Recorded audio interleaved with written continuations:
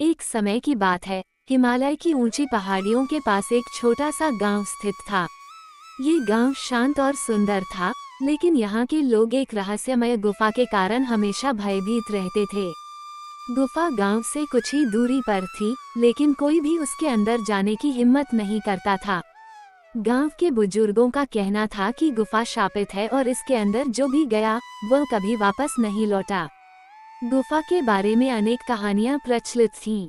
कोई कहता था कि यह गुफा एक प्राचीन राजा के खजाने को छुपाने के लिए बनाई गई थी, तो कोई कहता था कि इसके अंदर अजीब जीव रहते हैं।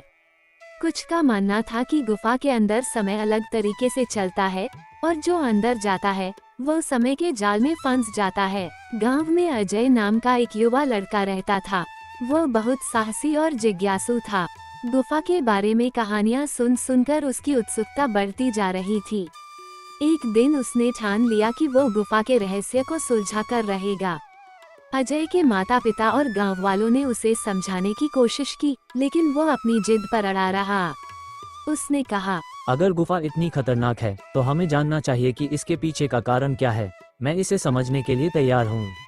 एक सुबह अजय अपने साथ एक मशाल, रस्सी और खाना लेकर गुफा के अंदर प्रवेश कर गया। जैसे ही वह गुफा में दाखिल हुआ, उसे एक अजीब सी ठंडक महसूस हुई। गुफा के अंदर का रास्ता घुमावदार और गहरा था। वह धीरे धीरे आगे बढ़ने लगा। कुछ दूरी पर उसे दीवारों पर प्राचीन चित्र और संकेत नजर आए। ये संकेत किसी पुराने राजा और उसकी सेना की कहानी बयां कर रहे थे।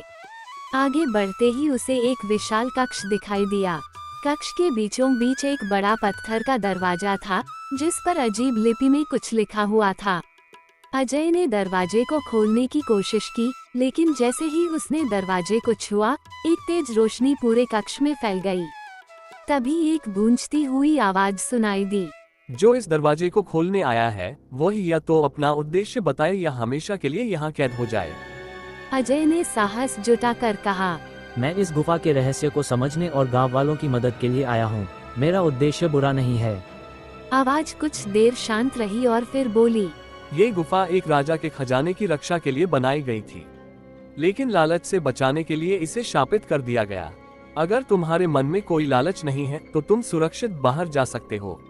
अजय ने खजाने को छूने की कोशिश नहीं की और गुफा से वापस आ गया। उसने गांव वालों को सब कुछ बताया। इसके बाद किसी ने गुफा के पास जाने की हिम्मत नहीं की। अजय ने ये सीख ली कि हर रहस्य को सुलझाना जरूरी नहीं होता और कभी-कभी लालच विनाश का कारण बन सकता है।